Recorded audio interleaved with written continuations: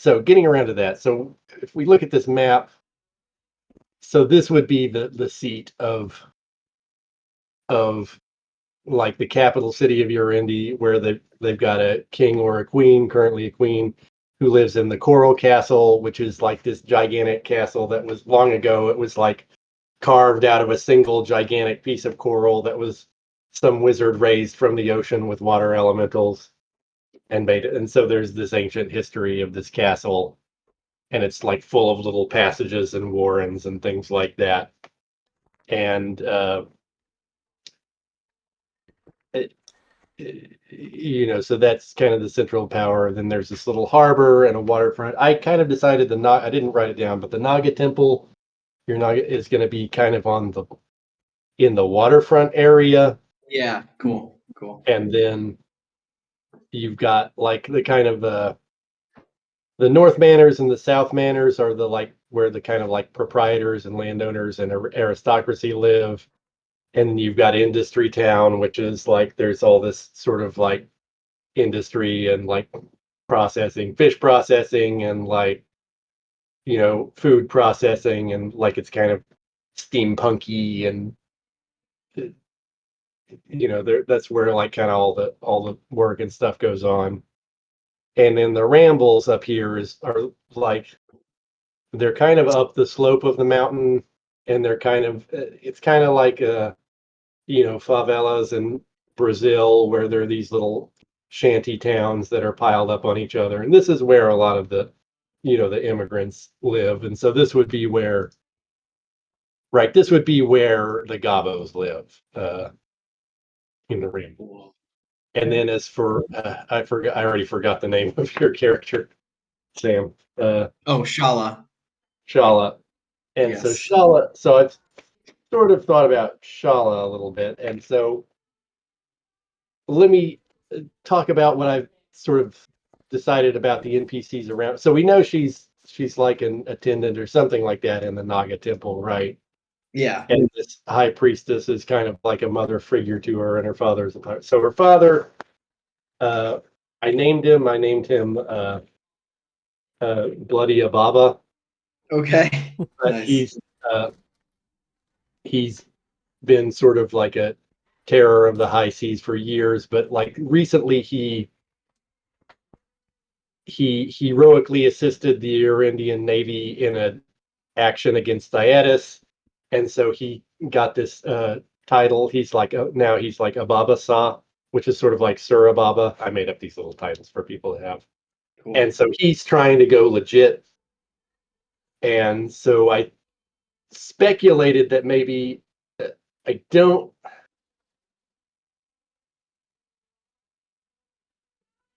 Well, I speculated that maybe at one point he sort of put you up at the temple, or sort of like dedicated you to the temple as Okay. kind of a gesture of goodwill. But I don't know how you think of your character relating to the temple, or how she came to the temple, if you have any ideas That on that. that sounds good to me. Yeah. All right. But lately the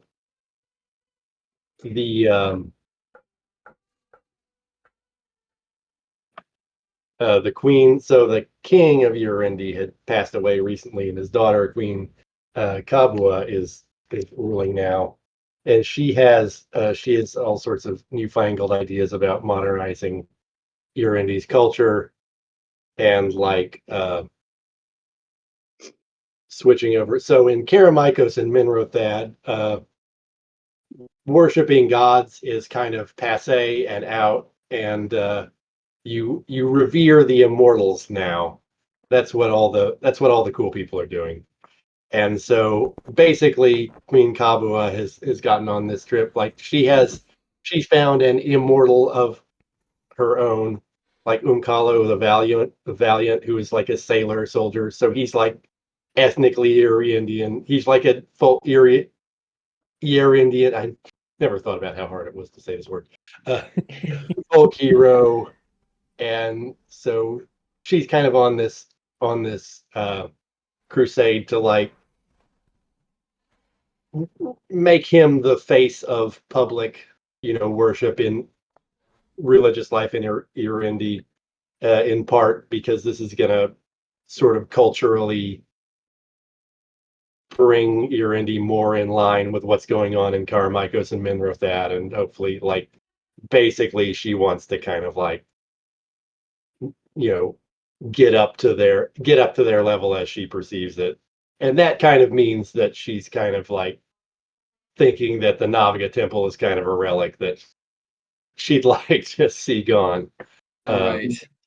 But it's pretty deeply rooted in the culture. And this is partially, like I picture this is partially like a uh, middle upper class versus working class thing, because the working class people all sort of go to the Naga temple. The Naga temple ideology is that the Nagas are a benevolent race who watch over humanity and Right. other associated races, and as long as you respect them and you give them offerings and do things, they will lead you the right way out of the goodness of their own hearts. That's all they think about, is how they can help you. Like, Right. Okay. Yeah. Yeah. And that's we sort know even if the Unkala cult wins the day, there will be a very serpentine Unkala saint, that's still revered by the lower, somehow. yeah. Yeah. Uh, but so that's sort of like what the Naga temple looks like from the outside, right? From the common man kind of perspective. Mhm. And my another thought. So the thought I had about the Gabos is just having the Jimbo is just the janitor at the Naga temple. Okay. Like, presumably he has to have a job, and so it. I like the idea of that being his job. I'm guessing he wouldn't have been super picky when he. No. I mean, but given his situations, he might not be exactly eager to like blend in with. Like, he might just think of it as a job, and it's kind of weird, and I don't know. And yeah, I was imagine so I think I changed his name since to Jumbo. Oh, Jumbo. Okay, yeah. Yes, even more Yes. ridiculous. But I think he's like he's a kid, I think, so maybe it's Papa Gabo Papa. who's Oh, yeah, yeah. who's That's doing my. some. Sorry, I got confused. Yeah, Oh, okay, yeah, Papa. no worries. That's who I was talking. Oh, okay, yeah. Oh, he's gonna love it there, and won't be bemused at all. Um, and so that's let's see. So that's what that's like. So I'm trying to think of what I have a couple of things in mind that I kind of like to get into just to get to some character stuff. Okay, so I think maybe we'll start with, let's see, one thing I'm okay, so I named the high priestess of the temple, and it's on one of these oh yeah, Eosha, or Eosha Madi, it's her full title.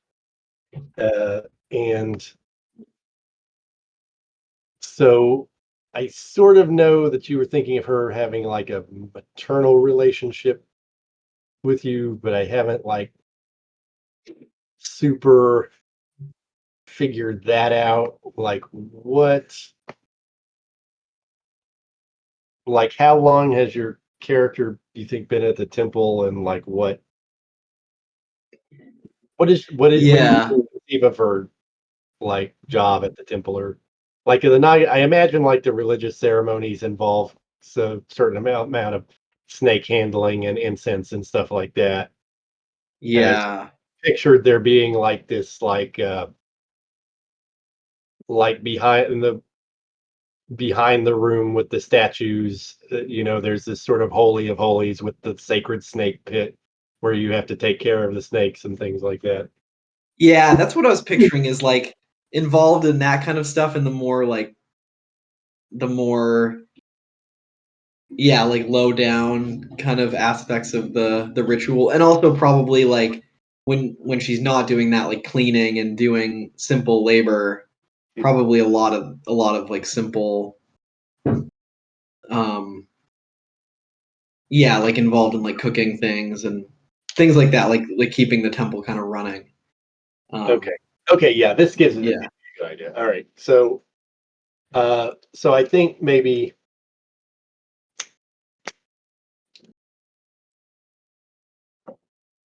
Yosha like recently hired this kind of goblin janitor to take some of the work off you. What am I gonna do here?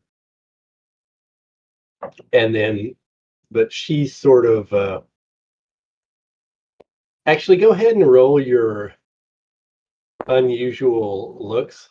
all right let's see let me get I need to have my feed open I really should have printed it out but I didn't so let's see I mean, sorry, I meant, but Noah, the unusual looks. Oh, okay I was like do I have Yeah, unusual looks have, no I don't yes, Yeah. they trigger. okay, so I guess what you sort of know about this is that she Yosha kind of like thinks of uh the new janitor like she doesn't I think she doesn't actually know his name and thinks of him as like a charity case and kind of doesn't want to be around him. So she conveys to you what she wants to tell uh okay the janitor. And And he's very surly, so I mean, it's the feeling is mutual. It's not entirely unfounded. Yeah. so you know he she she says, you need to tell the janitor to get the ladder out and clean the dust off the top of the pillars in the main hall. Like they're so dusty, and we've got the festival of the Naga coming up, and they can't look all gross. You know, uh, okay yeah just follow him around and make sure he's doing a good job. Um, I I know it's a load off you, but I do kind of like the way you did it better than the way he does it. Yeah. Okay. Yeah. So Shala's like, yeah, I'll follow him around and I'll bring my just in case I'll bring my own cleaning stuff. Like she probably doesn't say that, but she has her own little cleaning stuff just in case there needs to be like an act. Because I don't know, I feel like maybe I don't know if this is like a stereotype, but I feel like goblins might have different standards of cleanliness than humans. That, that is true. Yeah, So definitely shocking. yeah, yeah. So yeah, What we're here for. Goblin, the goblin struggle.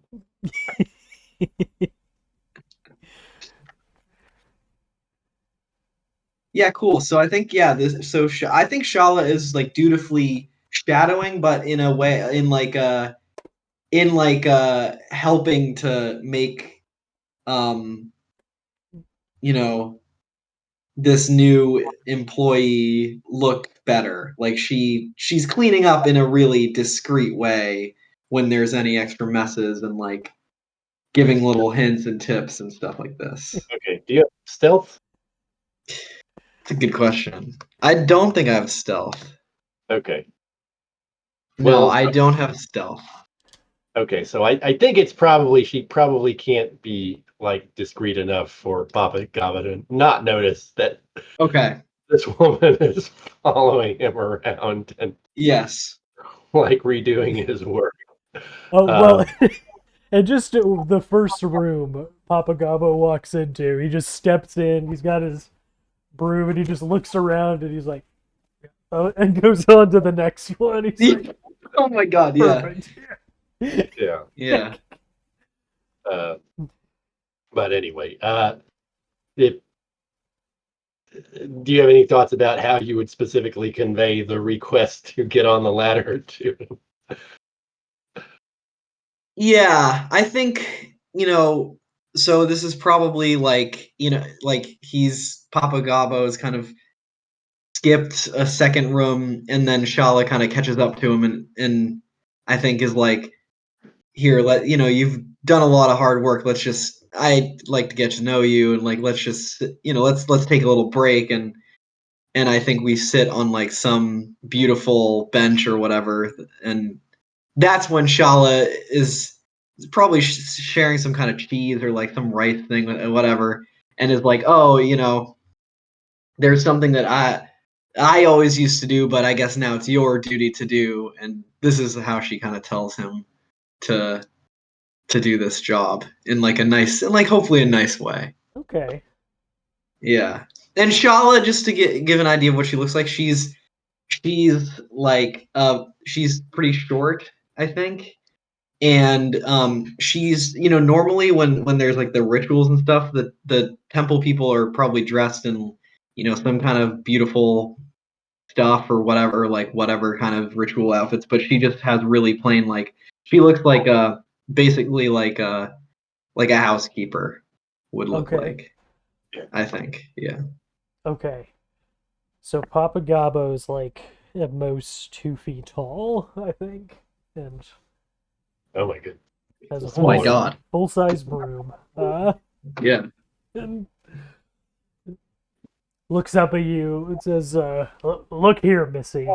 Uh, you know, Jumbo and Lola might have taken a shine to you, but I remember, having to fight snakes back in the tunnels of Goblinville, and I haven't forgotten that. So, don't he doesn't hand the cheese back, of course. He's actually talking through the cheese that you've shared. Yeah. Uh, Yeah. but he kind of tells you, like, we're not gonna be friends. Okay, yeah. Now I wonder how much like Shala has to deal with people being like dickheads to her. Probably a good amount because she like is a lowly person. So I think she just knows. She's like, okay, yeah, actually, yeah, it's not me that wants you to do it. It's I forget her name. What was her name again? The Eosha Madi. Eosha. Yeah, it's Eosha. I'll try to Eosha wants you to do it. put Oh, in the chat just so yeah. they're Thank you. Yeah.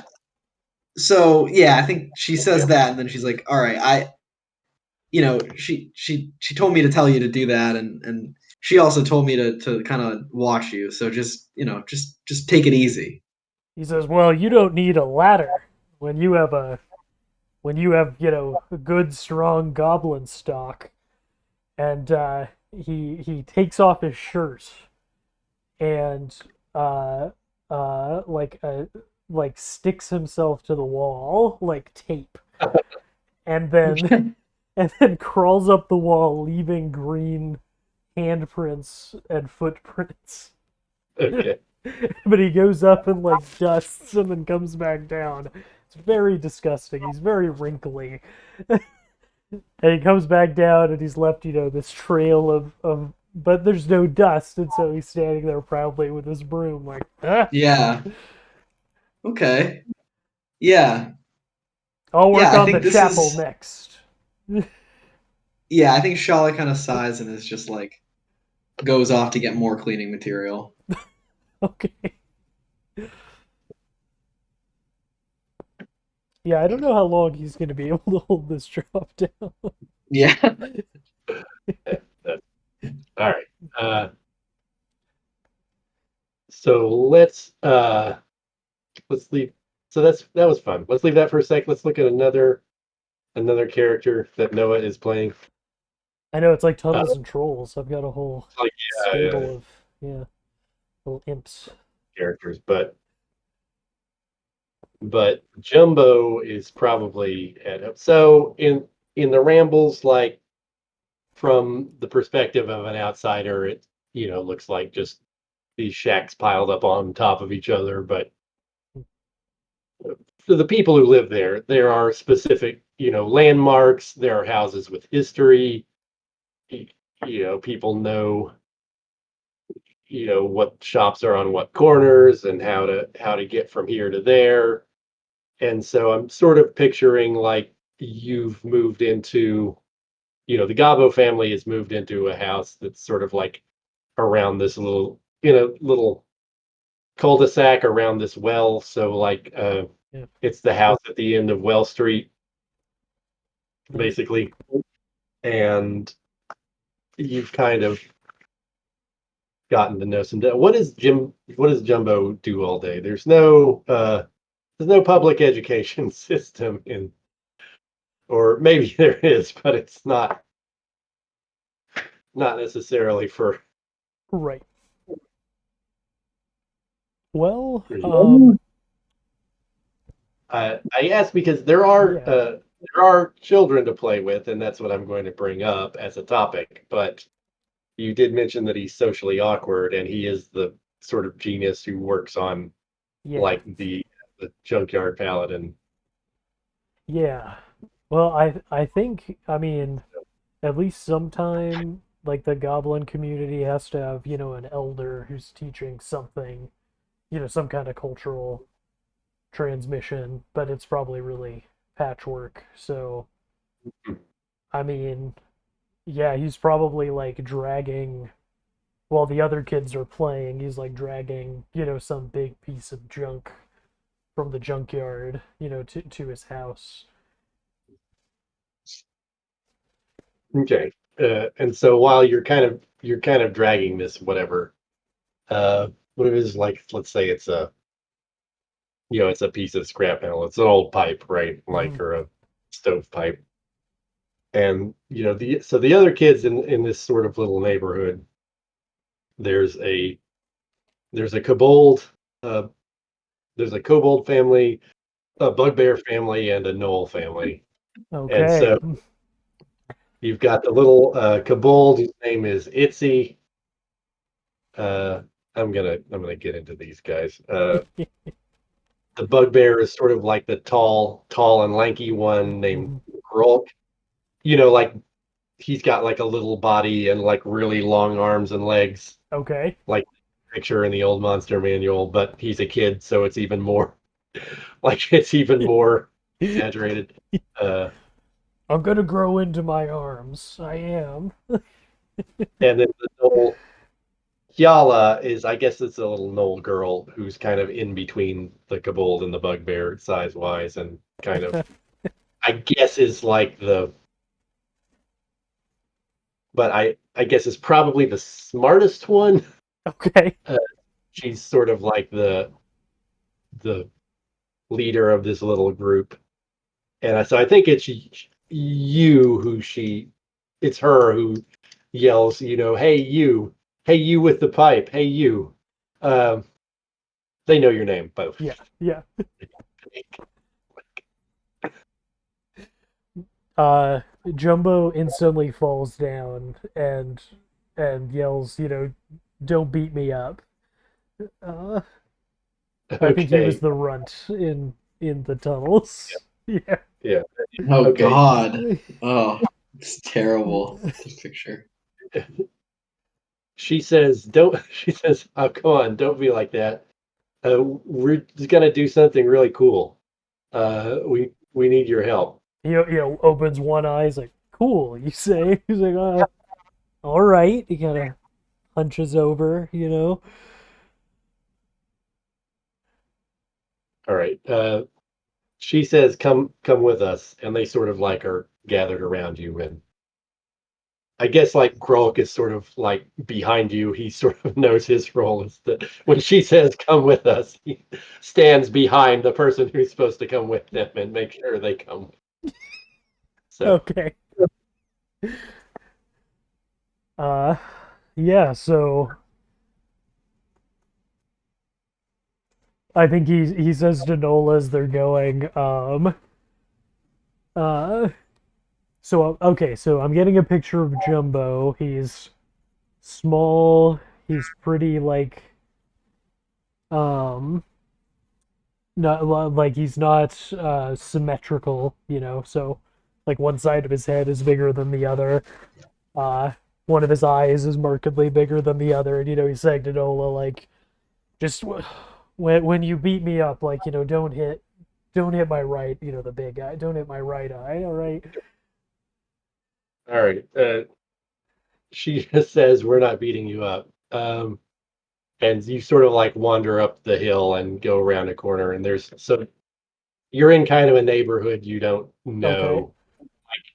As a kid, you probably know yeah, like a block, 2 blocks, right, really well, and then like wherever you follow your sister and father around, or they're not really your parents, they're not really your blood relatives, right? They're your right, adopted.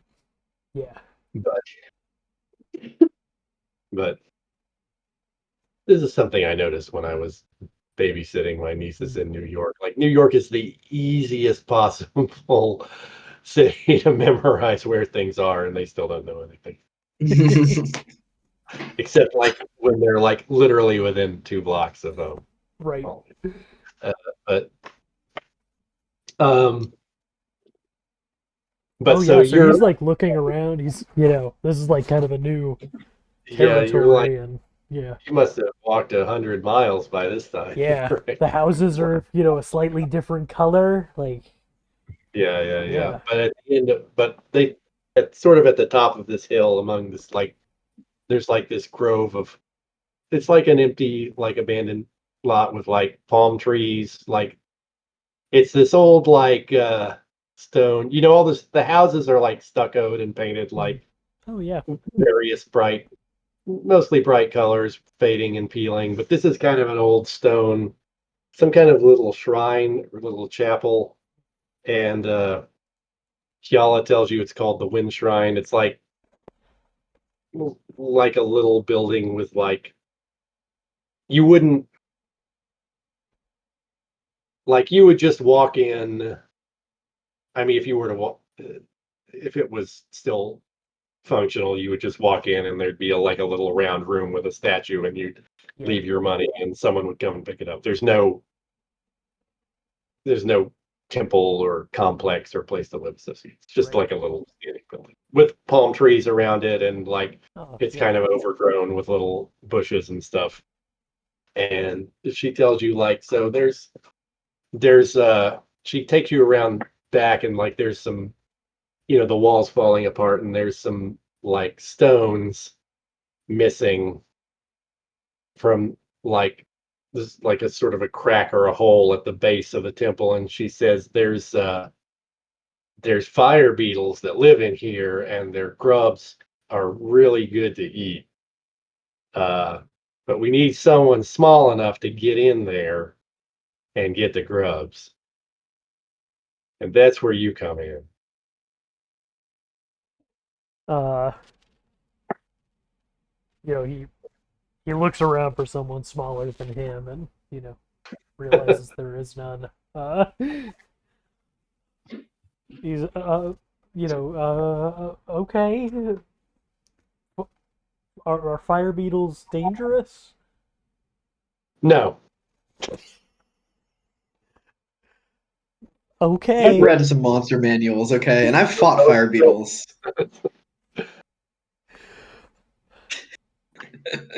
okay.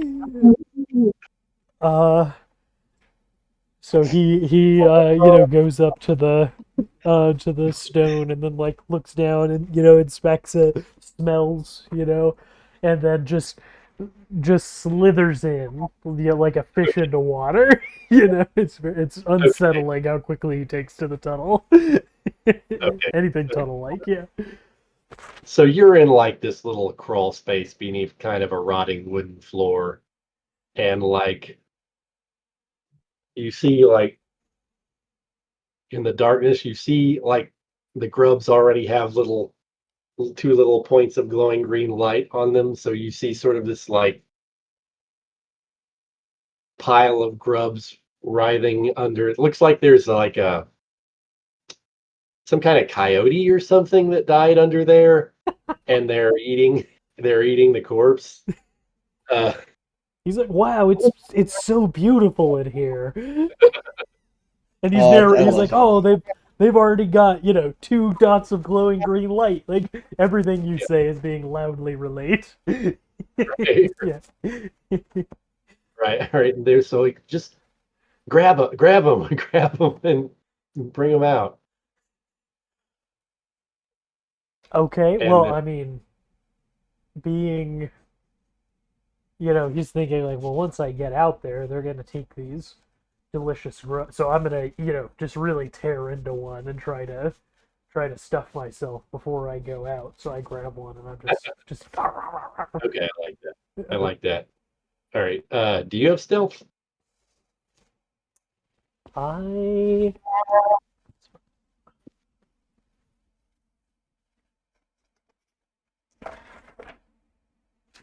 no. No. No. No. Okay. Okay. So I think you hear like Kiala's voice get sort of irritated and say, "You'd better not eat all those grubs.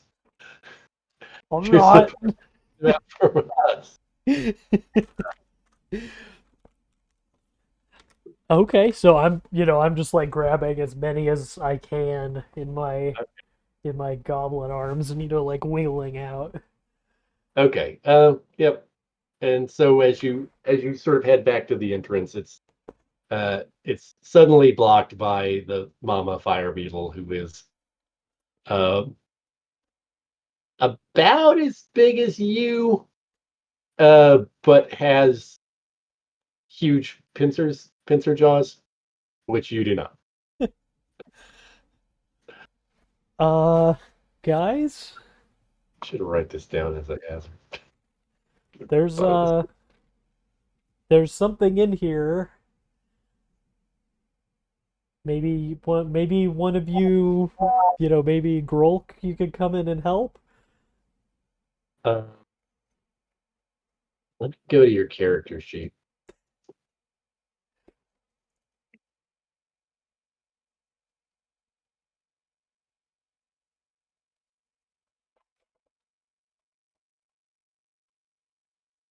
I don't think any of this is super relevant. So their first reaction is to say, just just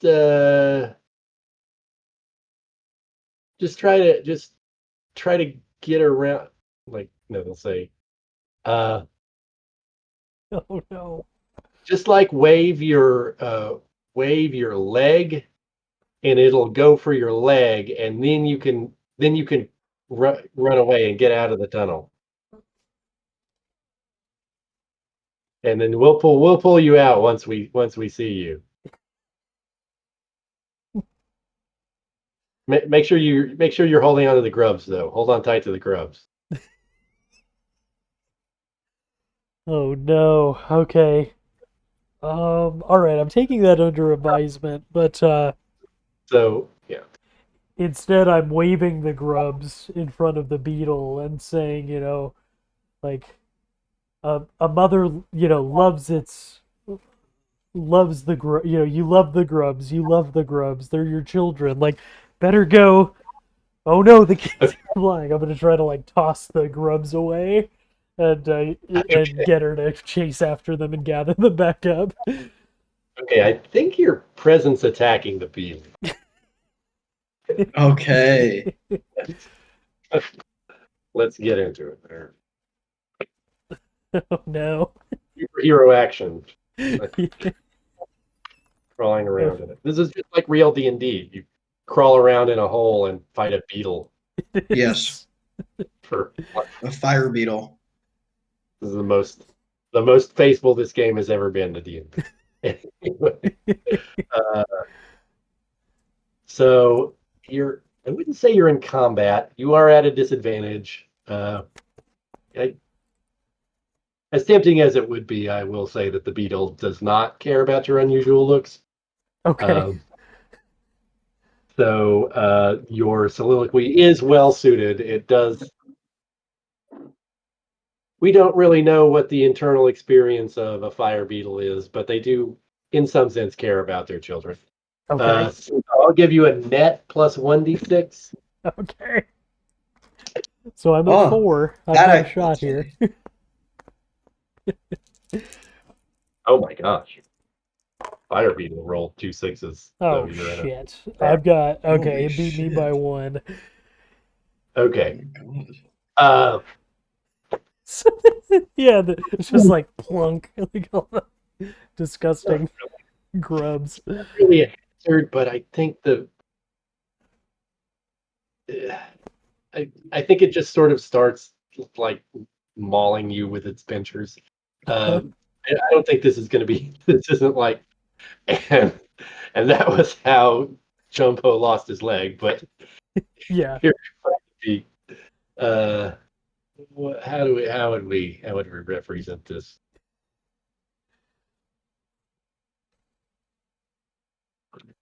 You're at the very least going to be sort of bloody and traumatized by the time you get out of this. Make Yeah. a dex roll, see if you get any grub out of it.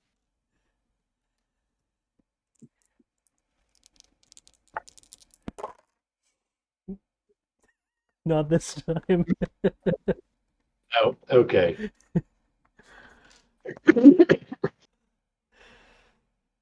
All right, you escape grubless, and they just sort of stare at you.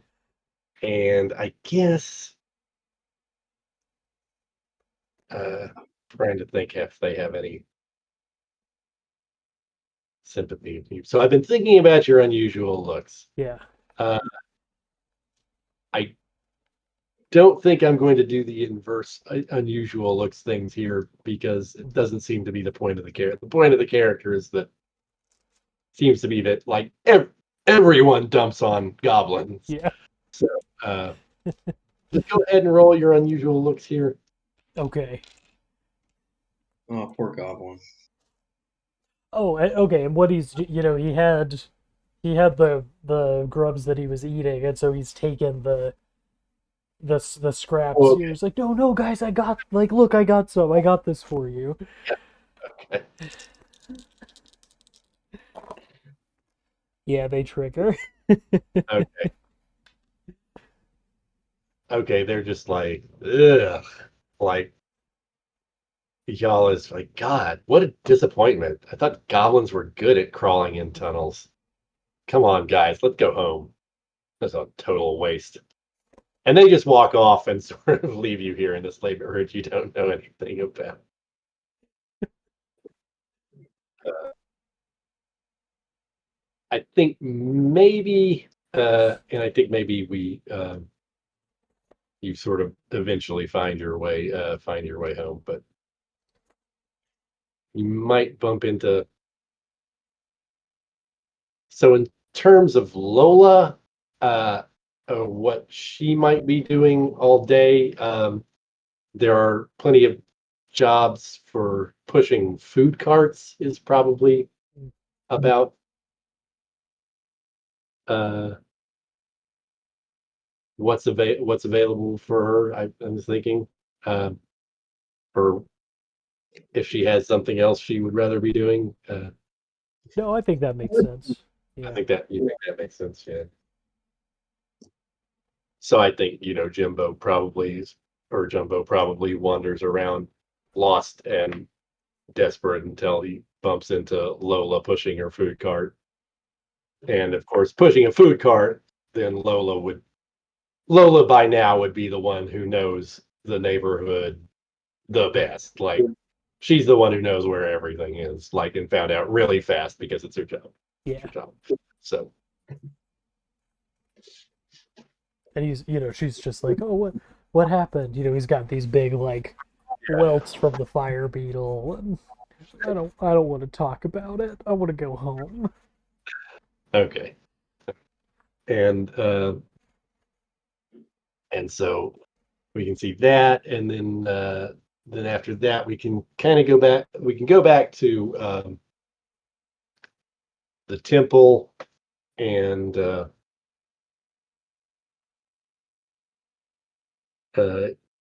Yoshimati has gone home for the day. I think she maybe lives in South Manners. Like she's sort of I didn't go deep into her, but like she's from like a wealthy family who the the high priestess position is sort of hereditary, and like there's all this stuff with that, but she has a life outside the temple, and so she's not here, and you're sort of Shala's here, just like finishing up, like Oof. as you said, following around Papa actually finish up the cleaning, and maybe you also have to feed the snakes and Yes, yes. some and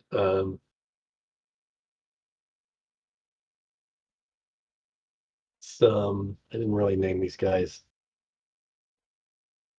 but some soldiers from the castle walk into the temple, and these guys, they sort of what they look like is they've got like kind of kilts or sarongs and breastplates and like greaves, and they have like helmets that are kind of like it's kind of like a puffer fish swallowing their head kind of helmet. Yeah, And little that's so thin, cool. like, Awesome. I love that. Okay.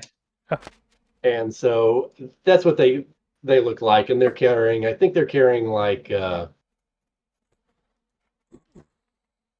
they have kind of ceremonial spears with like kind of pinchers at the top so that they could grab somebody with them. It's like Like man they're catchers or whatever. like man catchers, that kind of thing.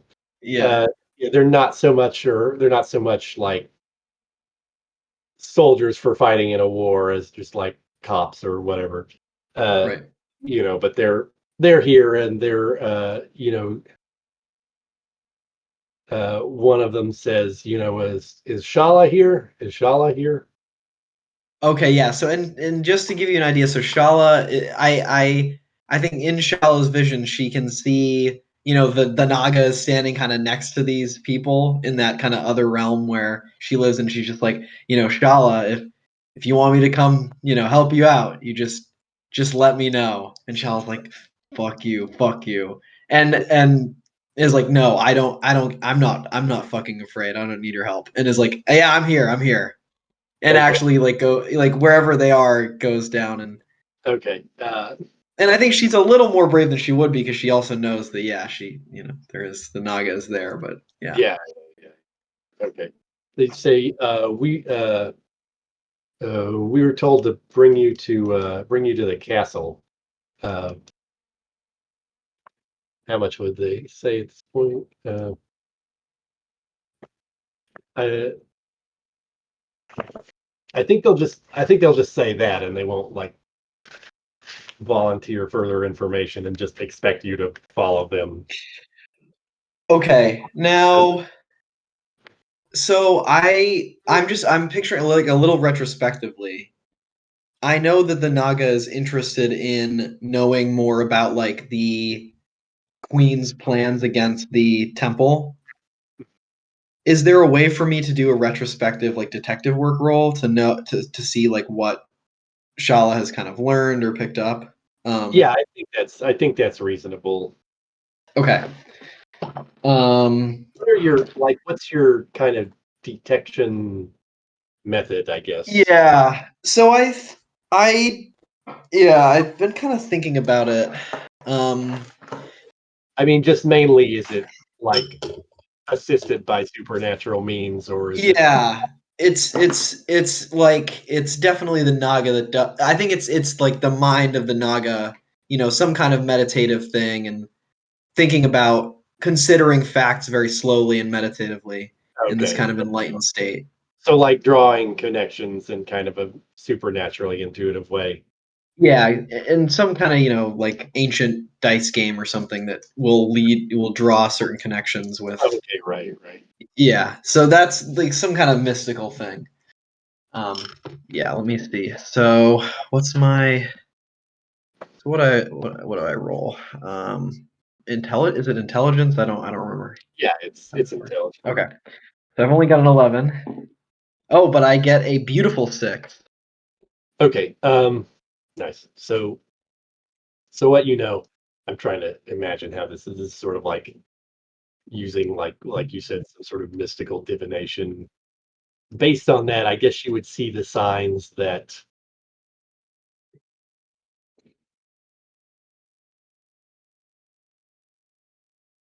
what you between this like mystical divination, is like, oh, law against, you know, priestess, and like putting together some things about like her lifestyle. You sort of know that her family is her family is sort of old. I guess I said it's wealthy, but it's probably like kind of more like an older. They have a lot of prestige, but their money is not what it used to be. But she does live pretty well, and you sort of are putting together that they're they're trying to get her on tax evasion, basically. Okay.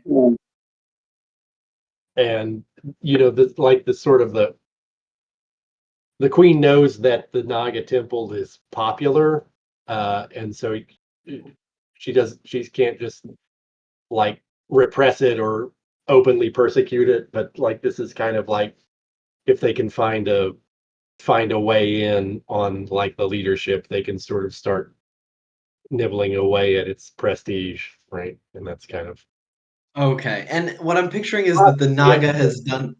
Oh, sorry. Go ahead. and possibly expropriate the temple itself, or take Right. So I think as Shaw is being led, by these guards, like this is the first time that Shaw has heard about any of this from the Naga. Like the Naga is like is like kind of taunting her with like increasing like this information, like yeah, and and they're planning this and this, and Shaw is just like looking more and more like nervous and kind of pissed off, um, being told all this. So yeah. And in the in the background, Papa Gabo is watching this, and he's saying, adventurers, like he knows people who are looting, and he's so mad he's like gnawing on his broom. Adventurers, it's like they will not, I they love will that. not raid my tunnels, not on my watch, and he's gonna storm off to get the suit. Oh, okay. So Yeah. cool. I love that adventure. Yes, yes. Cool. Okay. All right, that was good. All right. So that's a fun twist. But meanwhile, they take you to the temple. No, I mean to the coral castle. Let's talk about the castle for a little bit. Like I said, it's made of a single big block of coral. A lot of a lot of the nobles who are associated with it actually live elsewhere. It's kind of a big deal that the queen decided to actually live in the castle. The former king didn't. He lived in North Manors, and so she's sort of like really trying to like associate herself with like the traditions of the country and of the city. But there's also just like offices in this castle. But it's like you walk into this like everything is carved out of a single block of tunnel. So all of the walls are like made of this bright pink coral with like they're cut clean and flat, but have all these pits and whorls in them from the coral formation, right? Hmm. And they have like decorative ceilings with like leaping dolphins and things like that are like supernaturally realistic carvings, like decorating the ceiling and pillars on the walls and things like that. So it's this sort of, but but it's all pink. Like everything is super super pink and coral yeah. colored. So it's like an intense like monochromatic experience, and like people really stand out in here with their different colored clothes and things like that. But you're sort of brought into this kind of environment, and you're taken to an office, and you do notice that you like the soldiers hand you to a sort of, or don't literally hand you, but like hand you off to a sort of secretary who takes you in to see someone very important, and so you're in this sort of office. I'm just trying to picture what I haven't even pictured like what people sit in, but I think maybe it's more of a floor sitting kind of culture. Okay. So like there's like a woven carpet on the floor, mat of reeds on the floor that's like intricately patterned with different colored reeds, and there's a little table in the middle. And this is the office of Yoji Mako. Again, Mako is a honorific, so it's like Lord Yoji, and he's the high officer of the treasury. And so he's got like little beads, like abacus type beads and things like that everywhere, and like sheafs of paper with like notations and accounts and things like that. And he sort of like greets you and tries to like make you at ease, and says, you must well, you must be surprised, but I do have, I do know a little about you, and I just wanted to talk with you about some things that are important for the kingdom. Uh, it has to do it has to do with the temple, but and he'll sort of,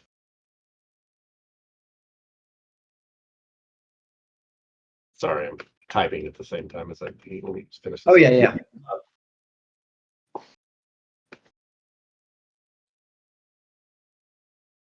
He'll he'll kind of ask you what you do at the temple, and what you do to help out Yoshamati, and get around and just casually note that, oh yes, her family, I think one of my cousins married one of her cousins, and I've been,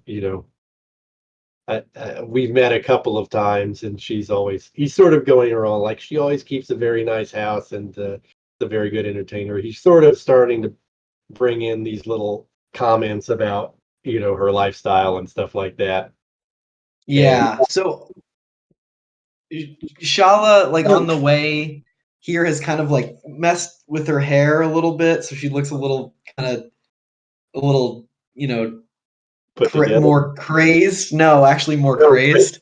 put together. Like and she, as he's talking about this, she like is starts to do some. She's like messing around with the abacus, uh, And and like ruffling papers and touching things, and she's like, it's so beautiful in here.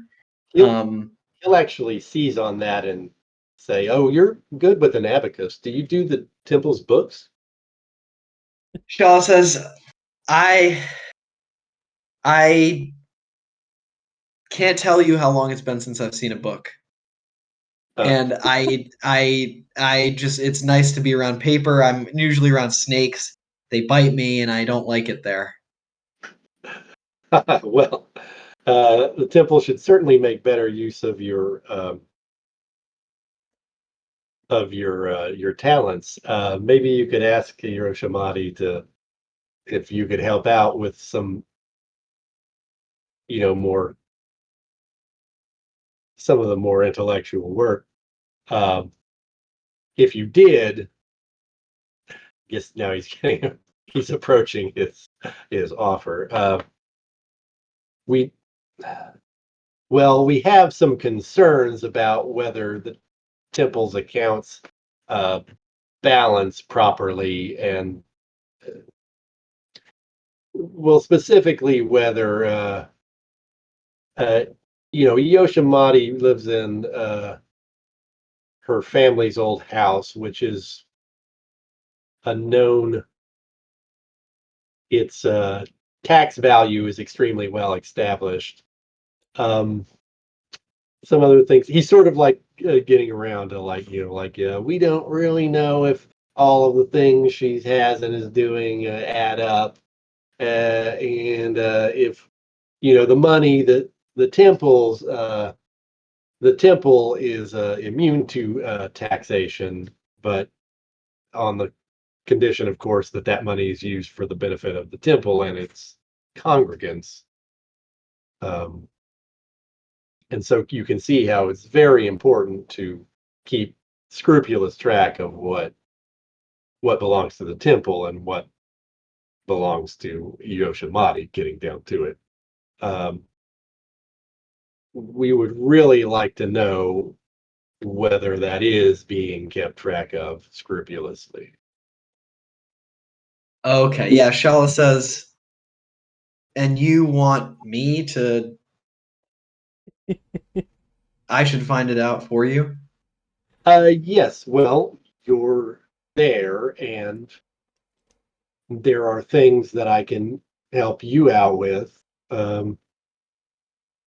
I can possibly offer you a job in the castle if you want some career advancement. I can also put in a good word for your father. He is looking for an admiralcy. Uh, but and we all respect his heroism at the Battle of fill in the blank. I'll name this battle later.